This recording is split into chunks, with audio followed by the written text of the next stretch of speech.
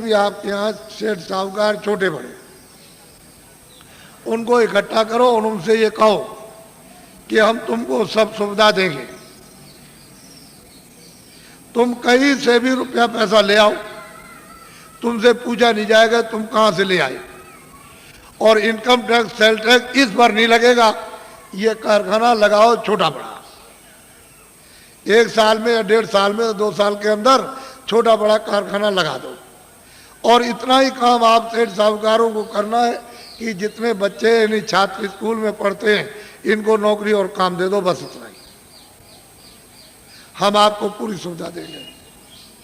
तो आप ये क्यों नहीं सोचते हो जो आपको दिशा बताई जा रही, आप लोग क्यों नहीं सोचते? जब आपको एक दिशा बताई जा रही सही सच्ची, तो आप क्यों नहीं इसको सोचते हो इनको सुविधा दे दो, इनकम टैक्स सेल टैक्स थोड़े दिन के लिए तो खत्म करो। जब आमदनी बहुत होने लगे तो नॉमिनल यानी मतलब यह है कि मामूली तो ठीक है, लेकिन ये क्या, और पीछे वाले का आप अपना जो लेते हो लेते रहो तो आप जानो। लेकिन ये कहो इनसे कि हम तुमको बैंक से रुपया नहीं देंगे, तुम कहीं से लाओ तुमसे पूछा नहीं जाएगा। एक छोटा सा कानून बना दो 2 लाइन का, बस उसमें लिख दो कि भाई आपसे पूछा नहीं जाएगा और इस नए कारखाने पर कोई इनकम टैक्स सेल टैक्स नहीं लगेगा और आप छात्रों को काम नौकरी दो, बस आपको ये करना। लेकिन आपने मेरी बात को 4 साल से ध्यान में किसी ने नहीं दिया और दिन भर दिन तुम्हारी हालत कितनी जैसे कि लकड़ी में घुन लग गया, उससे भी बेहतर हालत होती जा रही। फिर तुम मानते क्यों नहीं हो? इसके माने है कि तुम्हारे कर्म इतने खराब सबके, यानी इतना दुष्कर्म है कि वो कुछ लगने ही नहीं देता। फिर मेरी बात को सुनो ध्यान से, ये अगर बाहर से आ जाएंगे तो तुम्हारे कारखानों का नक्शा बनाएंगे कि तुम बनाते क्या हो अपने कारखाने में, वो सब नक्शा बना करके बाहर ले जाएंगे। फिर वो क्या करेंगे तुमको तो मालूम नहीं है कि वो आएंगे तो कई काम करेंगे कि तुम्हारा सामान बाहर बनाएंगे सुंदर, ये सुंदर कुछ सामान नहीं सुंदर बना देंगे और मजबूत, और जितना तुम्हारा 400 का है वो 100 का रखेंगे। 400 रुपए का बिकता हो 100 का बेचेंगे और 300 का बिकता हो 50 का बेचेंगे। वो मुनाफा नहीं लेंगे, बड़े चालाक हैं कि मुनाफा नहीं लेंगे, और बाजार में वहाँ से सामान ला के उतार देंगे आपकी मंडी में।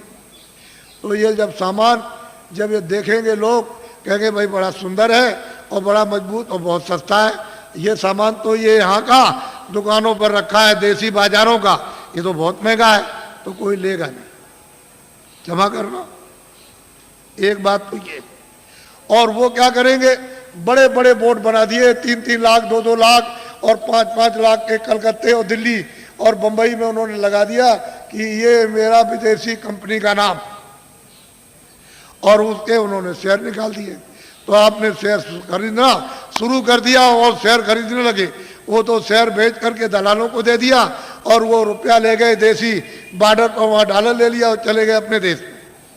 वहाँ से कहते हैं कि भारत अभी आहिस्ते रहे, अभी हम पुनः फिर से विचार करेंगे। एक बात तो ये हो गई। और यहाँ 19 शहरों को एक ईंट नहीं रखी है और सुई की नोक नहीं बनी यहाँ भारत में, और कंपनी का नाम और शेयर बिक रहे और दलाल बराबर निरंतर बेच रहे। अरे बच्चा, ये सामान जो ला कर दुकानों पर जब नहीं बिकेगा तो उससे भी कम बेचोगे आप। जब ये नहीं बिकेगा और उन कारखानों का सामान उठा करके तुम अपनी दुकानों पर नहीं ले आओगे तो वो क्या करेंगे कारखाने वाले, वो तो अपने आप बंद हो जाएंगे, बिना हमारे मर गए। कोई हड़ताल नहीं, कोई ये नहीं, कोई तोड़फोड़ नहीं, वो ऐसे ही बंद हो गए।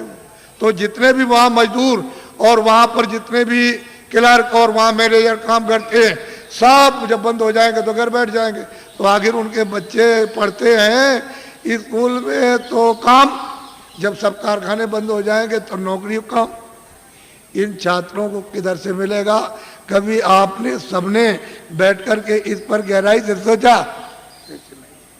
ऐसे हवाबाजी करते रहे। फिर वो आएंगे यहाँ सब जगह अड्डा जमा लेंगे सब जगह, और तुम जितने भी की पोस्ट के बड़ी पोस्ट के बड़े जिम्मेदार उनको सबको अपने पैसे, क्यों कि भारत का आदमी बहुत लालची, उनको खरीद लेंगे तो ये भारत भर फिर गुलाम हो जाएगा और तुम ऐसे हाथ मलते रह जाएगा, सट से चला जाएगा, सट से। इसलिए सोचो, बाबा जी का अगर इसमें कोई मतलब हो तब तो एक बात कह भी सकते हो। तो मैं तुम्हारी परेशानी जो तुम चिल्लाते हो आकर के और कहते हो बड़ी तकलीफ है और बड़े ये, तो भाई डॉक्टर हैं और बड़ी बड़ी फैक्ट्रियां और बड़े बड़े अस्पताल है, वहाँ जाओ दवा करो। जा कह लगे हमने तो बहुत दवा कर ली और हमारी घर घर बीमारी, ये जितने बैठे सब बीमार, बच्चे बीमार, बच्ची बीमार, बुढ़ा बीमार, अड़ोस में पड़ोस में बीमार, बीमारी बीमारी बीमारी, और दवा खाते खाते परेशान, और अब मतलब ये बीमारी नहीं जाती है तो इधर गिरते हो आकर के इधर कि भाई कुछ बता दिए, कुछ दया कर दिए, कुछ भाई यहाँ कहाँ से अस्पताल, यहाँ जाओ अस्पताल में जा करके। कह लगे वो तो हम सब कर आए और सब दवा खा ली, कोई दवा हमने छोड़ी नहीं, तो इधर कैसे आए? कह लगे तो दुआ दे दीजिए आसे। अब क्या करें, अब इनकी तकलीफ देख करके कुछ खा भी नहीं जाता, क्या करें, तकलीफ है। अब इनसे कहते हैं कि भाई तुम, अरे भाई तुम ये क्या कर रहे हो, ये जो बुरे काम करते हैं इसी से तकलीफ आई, तो बुरा काम तो कम से कम छोड़ दो। तो बात तुमसे समझ में नहीं आता उनकी कि भाई कैसे छोड़ेंगे वो। अब इतनी कमजोरी दिल दिमाग में आ गई कि आपकी समझ में नहीं आता। तो बच्चों, बचाव का रास्ता लो, तकलीफ तो आगे वाली सब चिल्लाएंगे, बचने वाला कोई भी नहीं है, सब चिल्ला। अब देखिए आप सब चिल्लाओगे अभी देखो, और बाहर के तो वो चंडी है, चंडी एक देवता, मेरी तरफ सुनो, चंडी एक देवी है। तो तुमको तो मालूम नहीं कि देवता है कि देवी है, ये तो आप कुछ जानते नहीं हो, कुछ नहीं मालूम। तो चंडी 4 सालों से निकली है, एक हाथ में तो मसाल है और दूसरे हाथ में उसके एक तलवार है, और निकली हुई है सब सारे देशों का वो दौरा कर रही है, मुल्कों का। तो जिस देश में जाती है वहाँ धन गायब कर देती है, ये जो भी उस देश के धन का नाम होगा वो गायब। तो वहाँ की जनता कहती है कि भाई धन किधर गया। तो जो सेठ साहूकार वो भी कहने लगते हैं कि भाई ये धन किधर चला गया। फिर वहाँ का जो शासन करते हैं, राज करते हैं, वो भी कहने लगते हैं कि भाई ये धन किधर चला गया, अब क्या किया जाए, कुछ ऐसा करना चाहिए, कुछ ऐसा। दूसरे मुल्क में जाएगी वहाँ का, तीसरे मुल्क में, सब मुल्कों में जाएगी और भारत में भी आएगी, वो छोड़ नहीं सकती भारत को भी। यहाँ भी आएगी तो यहाँ के धन को गायब कर देगी। तो यहाँ जनता कहेगी कि अरे भाई मतलब धन किधर चला गया, ये सेठ साहूकार सब लोग कहेंगे भाई धन किधर गया। वो शासन करते हैं दिल्ली में, प्रांतों में, ये भी कहेंगे भाई धन किधर चला गया, समझ में नहीं आता। ये सब मुल्कों के जब सब के सब चिल्लाने लगे और रेडियो और अखबारों पर आने लगे, अरे बच्चा तब मेरी बात को मान लेना, अभी तो सुन तो ले, तब तो तुम मानना बात को, लेकिन लिख के तो रखो कि बाबा जी आज मतलब ये 26 तारीख को आपके धार में आए और वो उन्होंने ये बात कही सबके लिए, किसी मुल्क को छोड़ा नहीं, कोई आपके जात पात, इसमें कोई हिंदू मुसलमान की बात या कोई आलोचना की बात हो तब तो एक बात कहो, यहाँ तो सब मनुष्य इंसानों की बात हो रही। तो आप लोग अगर सुनोगे नहीं और बचाओ नहीं तो फिर समझ लो आप कि क्या मुसीबत आ रही है आगे। देखना जब एकदम घटना हो जाती है तो मतलब यह है कि पानी आ जाए और लोग कोई कह कर के जाए कि भाई घर का सामान छत पर रख देना ऊपर, और बाल बच्चों से और जानवरों से होशियार रहना, तो तुम सोचे रहे अच्छा देखा जाएगा, तब तक उधर से पानी आया, घर में घुस गया, और जब तक तुम जगे तब तक इतना हो गया, वो बच्चा सो रहा था, तुम अपनी जान लेके वो भगोगे कि बच्चे को बचाओगे, बच्चा छूट गया, सामान तो सब गए और जानवर बंधे थे मर गए। तो जो कह करके गया था तुमने उसकी बात क्यों नहीं सुनी? वो तो तुम्हारे हित की बात कर रहा था, उसका क्या हित था? अरे जो कह के गया उसका लाभ मुझे बताओ क्या था? वो तो ये देख रहा था आपको दुख होगा तो जब मैं रोएंगे चिल्लाएंगे तो मुझे भी दुख होगा, तो वो कह के गया था आपको, वो सुनना चाहिए था। सीधी सादी बात, समय बड़ा खराब आ रहा। अच्छा अब मैं आपको अमूलक चीज़ दे दूँ, ये तो बाहर की बातें समझा दी, आपको थोड़ी सी इशारा कर दिया, लेकिन ये बात जरूर है कि घर बार तुम कभी मत छोड़ना, खेती मत छोड़ना, दुकान मत छोड़ना, दफ्तर का काम नहीं। जो भी आदमी घर बार छोड़ के बच्चों को छोड़ के चला जाएगा काम काज और साधु हो जाएगा, उसको कभी भगवान नहीं मिलेगा, कभी भी नहीं मिल सकता। ये पहले मेरी बात को ध्यान से सुनो, अपने घर में रहो, बच्चों के बीच में रहो इसी जगह। और 23 घंटे तुम मेहनत करो इस शरीर से शरीर के लिए, दुकान करो, दफ्तर का काम, खेती करो इस शरीर के लिए, भोजन कपड़ों के लिए, इसके लिए, दवा के लिए, सब, और बच्चों के लिए, इसके लिए। और 1 घंटा उसमें से बचाओ अपनी जीवात्मा के धन के लिए, ताकि इसको कल्याण हो जाए, इसकी मुक्ति हो जाए, ये आवागमन से छुटकारा पा जाए, न जल में न मरे। 1 घंटा तुम नहीं बचा सकते हो, और 23 घंटे इसमें तुमको लगाने को कह रहे। तुमको ये तो नहीं कह रहे कि तुम छोड़ देना को, ये तो सोचो तुम। और मैं तुमको इसी मनुष्य रूप मंदिर में, इसी में जो अनमोल मनुष्य मंदिर जो दिया है, जिसमें जीवात्मा बंद है, उसी में मैं अभी रास्ता आपको बताता हूँ। अभी इसको कहते हैं नामधाम। इसके पहले 2 चीजों का ध्यान रखो हमेशा कि शाकाहारी हो जाओ। जितने भी अनाज है, सब्जी है, फल है, दूध है, घी है, 100 बार खाओ। कितने बार? 100 बार। तुमको भूख लगे उससे भी ज्यादा खाना। तुमको कोई मना करने आए तब कहना। अच्छे मकान में रहो, अच्छी झोपड़ी में रहो, मना कौन करता आप? लेकिन शाकाहारी, अशुद्ध आहार मत करना। बस इतना ही बचत करनी है कि आपको अशुद्ध आहार नहीं करना। किसी आदमी का, किसी बच्चे का, किसी पशु का, किसी पंछी का अशुद्ध आहार नहीं करना। शुद्ध आहार करो आप, जिससे शुद्ध बुद्धि रहे। भाई इतना ही तो आपको बताना, क्योंकि अशुद्ध आहार से तो तरह तरह घर में झगड़ा, बाहर झगड़ा, ये झगड़ा, वो झगड़ा, ये बीमारी, वो बीमारी, वो बीमारी, वो बीमारी, वो बीमारी, वो तो फैलने वाली है। अभी बीमारी जो फैलेगी उसको तो अभी आपने देखा ही नहीं। तो असल में शाकाहारी, शुद्ध आहार। दूसरा है बीड़ी पियो, तंबाकू पियो, कब। मैंने तो कभी पिया नहीं, मुझे तो मालूम है नहीं कि हुक्का, बीड़ी, तंबाकू कैसा होता। लेकिन ये बच्चे जो 18 साल 20 साल के खड़े हैं, वो बीड़ी तंबाकू हुक्का नहीं पीते, कभी मत पीना। जो बच्चे नहीं पीते कभी मत पीना, ये खराब आदत न डालना। जो पीते हैं वो पी लो, आपके लिए मत। लेकिन बच्चों, बच्चियों, ऐसा कोई नशा मत करो जो तुम्हारी बुद्धि पागल हो जाए। तुमने इसको नहीं सोचा? कोई नशा मत करो किसी तरह का हो जो बुद्धि पागल हो जाए, और तुम अपने घर में बच्चे बच्ची को और अड़ोस पड़ोस में बहू बेटी को पहचान न सको। ऐसा कोई नशा मत करो। और चले जा रहे हो तुम, तो सामने तुमने समझा कि जमीन बराबर, और वहाँ गड्ढा मिला, उसमें पैर चला गया तो पैर टूट गया, और सिर लड़ गया गड्ढे में तो सिर फट गया, मर गए। ऐसा कोई न रामायण कहती है, न महात्मा कहते हैं, न कुरान कहती है, न फकीर, न मस्जिद कहती है, न मंदिर कहते हैं, न शिव जी कहते हैं, न आपको कोई और। ये कोई ओ जो कहते हो शिव जी भांग पीते थे, भांग पीते थे, भांग पीते, तुमने भांग पीते हुए देखा? वो भांग नहीं थी, वो कोई और नशा था। ये झूठी बात है। जो लोग उनके नाम से भांग पीते और कहते हैं वो भांग पीते थे, भांग नहीं पीते थे। ये ऐसा देवता कभी भांग नहीं पीता, वो भांग नहीं पीते। लेकिन तुमने ये 2 चीजों से बचो, बाकी तो कोई मैंने मना किया नहीं। मैं तो एक सीधा साधा आपका सेवक हूँ, एक आदमी हूँ, और सही सच्ची बात तुम्हारे सामने तुमको बताने आए हो। तुम नहीं जगोगे, नहीं समझोगे तो मैं इसके लिए क्या करूँगा? मैं तो अपनी बात कह के चला जाऊँगा। जब तुम उधर जाओगे और उधर जब हिसाब होगा तुम्हारा, क्योंकि वो तो सब लिखा जा रहा, आज दिन में तुमने कितना बुरा काम किया, कितना अच्छा किया, कितनों को धोखा दिया, कितनों को मारा, कितनों के साथ बेईमानी की, कितनों को पानी पिलाया, कितने बार मंदिर में पूजा की, कितनी रामायण, कितनी कुरान पढ़ी, ये उधर में, और कैसे कुरान पढ़ी, ये वो सब वहाँ सब लिखा हुआ। बड़ा वो आदमी भी मिलेगा जिसको तुम काट रहे हो, और जिसको मतलब है कि तुम उसको चीर रहे हो, वो सब मिलेंगे वहाँ। तो पूछेगा भाई तुम्हारे सामने कोई रामायण गीता, कोई भागवत, कोई कुरान पुराण, कोई तुम्हारे सामने नहीं थे जिन्होंने महात्मा फकीरों ने नहीं बताया कि भाई अच्छा ये बुरा?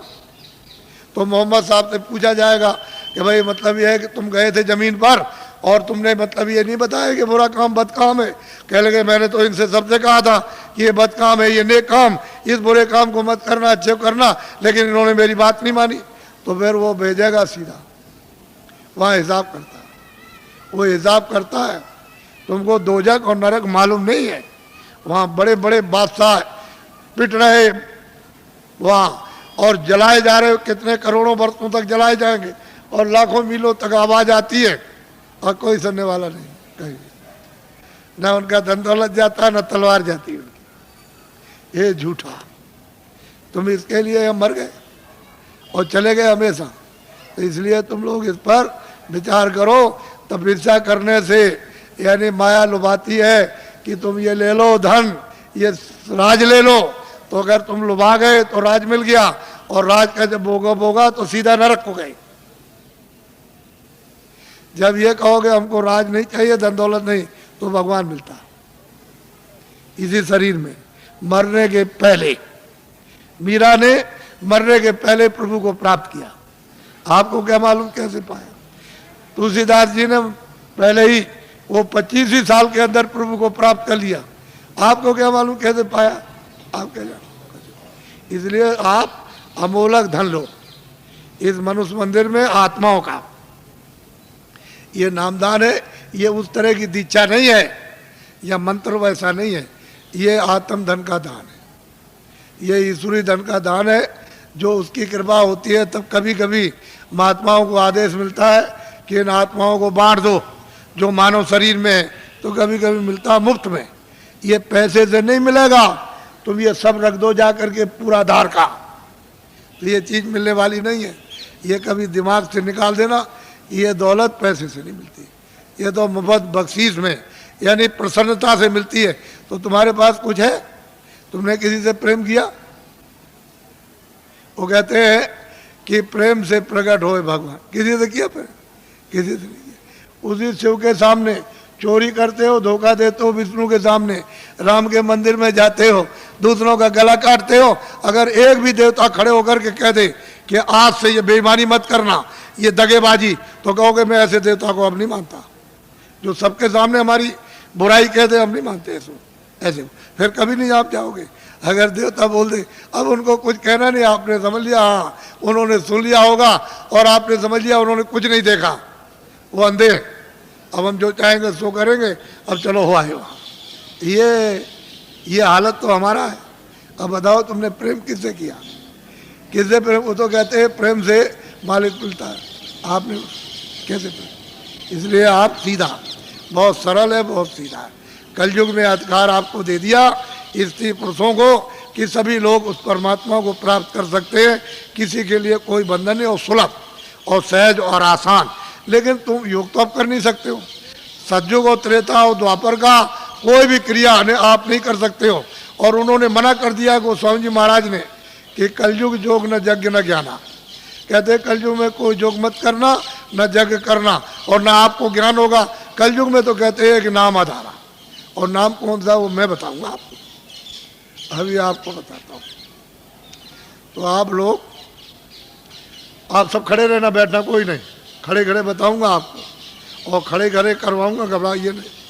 जो जो भगवान का नाम बोलूं सब लोग एक साथ एक आवाज में बोलना, और सब लोग बोलेंगे जो बैठे खड़े, शुद्ध बोलना, शुद्ध, अशुद्ध मत बोलना, शुद्ध बोलना।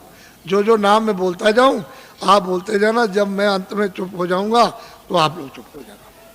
अशुद्ध मत बोलना, शुद्ध कर लेना। मान लो अशुद्ध बोल दो तो फिर शुद्ध कर लेना दोबारा। इसलिए जो जो नाम बोलते जाना, जब मैं चुप हो जाऊंगा तो आप चुप हो जाना। बोलो जय गुरुदेव। लेकिन थोड़ा सत्संग मिलना चाहिए, तो जरा ठहर जाओ। अभी मथुरा में एक बड़ा कार्यक्रम होने जाना, यही दिसंबर में, यानी कार्तिक के बाद जो अगन लगेगा, तो 15 दिसंबर से 21 दिसंबर तक 7 दिन का एक कार्यक्रम होने जा रहा। और उसमें यही साधना और यही मतलब अनुभव होता है। वहाँ सत्संग भी मिलेगा और साधन भी और ध्यान भी, सब करोगे आप, और उस समय पर आप अच्छी तरह से कर सकते हो, क्योंकि वो वातावरण ऐसा होगा। फिर एक दूसरा कार्यक्रम इधर पूरब में रखा, यानी हिंदुस्तान के तीर्थों के राजा प्रयागराज इलाहाबाद में त्रिवेणी संगम। तो त्रिवेणी संगम पर 25 फरवरी से, ये तो 96 में मथुरा का, और वो इलाहाबाद का 97 में, 25 फरवरी से 6 मार्च तक 97 में 10 दिन का होने जा रहा बड़ा कार्यक्रम। और वो महामानव कुंभ, यानी माघ मेले के बाद महामानव कुंभ आपको दिखाई देगा। और वो 10 दिन यानी 7 मार्च को शिवरात्रि है, वो एक दिन पहले ही समापन हो जाएगा, 10 दिन का होगा। आप जरा इसको लिख लेना। और ये जो आपने 5 नाम 5 रूप 5 स्थान हरे के बाजे, ये जो आप लिखाओगे, लिखा हुआ ले लोगे, ये तो यहाँ के लोग आपको दे देंगे। अगर कम पड़े तो आप जल्दी लिख लेना। फिर दूसरी बात यह है कि थोड़ा सा पता भी दे दिया करो कि कभी कोई पूछा जाती हो कि साधन भजन करते हो कि नहीं करते हो। कि ऐसे गए लेकर के ताक में रख दिया। किसी ने आकर के कभी मिले पूछा तो कहा कि भाई भजन तुमने ध्यान किया था? कह लगे हमने नहीं किया हो तो मैं भूल गया सब। तो तुम्हारा समय सब बेकार चला गया। तुमको तो दिया था काम के लिए कि भाई तुम जल्दी से अपना काम करो, अपनी जीवात्मा को जगाओ, तो तुमने ताक में रख दिया, वो सोती रह गई। तो बताओ इससे इस काम में तुम्हें मिलेगा क्या? इससे ना कुछ मिला ना कुछ मिलेगा और इस काम से खाली जाओगे। अगर तुमको कुछ करना है तो इसी समय के अंदर थोड़ा 1 घंटा समय निकाल कर अपना आत्म धन जमा कर लो। यही तुम्हारे काम आएगा। जब कोई रक्षा नहीं करेगा उस पीड़ा में, उस दर्द में और 84 नरकों से अगर बचना चाहते हो, धन जमा करो जल्दी से। ये बहुत सुलभ है, इसमें शरीर पर कोई कष्ट नहीं। बस मन की घेराघारी थोड़ी करनी है कि कहीं उतने समय के लिए न जाए, ये थोड़ा सा रुक जाए, कानों के साथ आंखें, बस इतना ही काम करना। इसमें शरीर का कोई कष्ट नहीं। और करो कैसे भी, लेट के बैठ के, जंगल में करो, घर में करो, कुर्सी में करो, लेकिन उसका तरीका तो सीख लो। थोड़ा सत्संग मिलेगा तो जल्दी सीख जाओगे। और नहीं मिलेगा, अभी तक तो आपको ये बातें मालूम नहीं थी, ये तो आपको नई बातें आज मालूम हुई। आपके लिए तो नई है लेकिन ये सनातन है। जब से तुम आए एक रास्ते से और उसी रास्ते से वापस हो गए अपने घर के लिए, अपने देश के लिए। दूसरा कोई रास्ता नहीं है। यहाँ भटकते फिरो चारों तरफ तो जल मरण होता रहेगा। 84 जाओ, नरकों में जाओ, जल में मरो और जो किया उसका भोग भोगो। और कभी मनुष्य शरीर मिलेगा तो फिर तुमने वही काम किया और फिर चले गए आप फिर 84 नरकों में। तो ये ऐसे ही चलते रहोगे, ऐसे जल में मरो, जल में मरो। तुमको कहीं स्थिरता नहीं मिलेगी, स्थिरता वापस जाने पर। जब ये भजन करोगे, नाम डोरी को पकड़ लोगे, चढ़ चलोगे ऊपर। वो तो ऊपर खुले हुए मैदान है और वहाँ तो अंधेरा कभी है नहीं, न कभी अंधेरा होता हो तो प्रकाश ही प्रकाश, रोशनी रोशनी है। जरा सा आँख के ऊपर उठे कि बस प्रकाश ही प्रकाश है, अंधेरे का नाम नहीं। वहाँ कभी अंधेरा होता ही नहीं। तो तुम उधर चलो, जब उजाले में खड़े हो जाओ तो ये सब देखना सुनना, तब तुम्हारी समझ में आएगा कि बाबा जी ने क्या दिया। कुछ तुम मेहनत करो, कुछ हम करें। बोलो जय गुरुदेव। कुछ तुम मेहनत करो, कुछ हम करें, और ऊपर बैठे उनकी कृपा जल्दी हो जाए। और तुम मेहनत हम नहीं करेंगे, कुछ होगा नहीं। जल्दी करो, देर मत करो और जल्दी से कृपा और दया ले लो ताकि वो ऊपर बुला ले और जल्दी से आप निकल चलो इस कूड़े कचड़े से। यहाँ कुछ मिलने वाला नहीं है। ये सब शकलें। अब देखो, बीमार, परेशान, तकलीफ में, हमारे पास जो भी आता कोई हो, हमको उससे मतलब नहीं, आदमी होना चाहिए। हमारे यहाँ कोई झगड़ा झंझट ये नहीं है। आदमी हो, उसमें जीवात्मा होनी चाहिए। तुम्हारे शास्त्रों में लिखा है अहिंसा परमो धर्म, तो आपने इसका पालन किया? अब ये बताओ, आपने इसका पालन किया? आप बकरा मार दो, मुर्गी मार दो, आदमी मार दो, लड़की मार दो, लड़का मार दो, घर में देवी को मार डालो आप कि कोई दुश्मन बन जाए उसको मार दो, गोली मार दो, छुरा मार दो, लाठी मार दो। तुम अहिंसा धर्म, तुम किसी देवता को, किसी धर्म को मानते हो? कुछ नहीं। वैसे ही कहते हो, हम जानते कुछ नहीं, वैसे ही कह दिया बस, और कुछ नहीं, ऐसे ही। तो इसको समझ लो अच्छी तरह से, अच्छी तरह से समझ लीजिए आप मोटी बात को। बोलो जय गुरुदेव, जोर से बोलो जय गुरुदेव। जय गुरुदेव नाम किसका? अब ये इनको दे देना बच्चा, इनको नोट करा दो, और कुछ लोग जल्दी मिल जाए तो इनका पता भी नोट कर लेना। और कभी कभी इनसे पूछते रहना, यहाँ जो रहते हो उनको, कि भाई भजन करते हो कि नहीं। तुमसे जब पूछेंगे भजन के लिए कि बोलो भजन किया कि नहीं किया, तुमने ध्यान किया, सुमरन किया कि नहीं किया, और तुमको मिला तब तो तुम करोगे ही। तुम जरा सा जितने दिन बताया उतने दिन कर लो पहले, बात की बात बाद में सोचना। हर रोज तुम महीने 2 महीने समय दो, नागा मत करना, तब तुम देखोगे तुमको क्या मिलता। तुम एक दिन भी नहीं बैठो तो मैं क्या करूँगा? मैं तो दरवाजे पर आकर काम करूँगा। तो अंदर तुम्हारा घाट है, तो जीवात्माओं का घाट अंदर, वहाँ बैठोगे तब तो काम करूँगा। और तुम बाहर फैले रहोगे तो कैसे काम होगा? तो बाहर से मोड़ूंगा कि भाई बस इधर से लगो, अंदर चलो। अंदर तो खुला हुआ है, खुले हुए लोग, उधर स्वर्ग भी है, बैकुंठ भी, बड़े बड़े लोग हैं, उधर ब्रह्मांड भी है, उधर ब्रह्मा भी मिलेंगे, विष्णु भी मिलेंगे, शिव भी मिलेंगे, देवी देवता भी मिलेगी, ईश्वर, उधर बड़े बड़े अनेकों लोग, अनेकों ब्रह्मांड अनगिनती। लेकिन रास्ते से चलो तब मिलेगा कि ऐसे ही मिल जाएगा? बोलो जय गुरुदेव।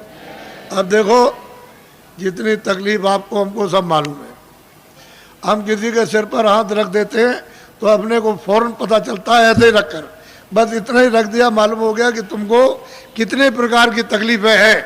और ये भी पता चल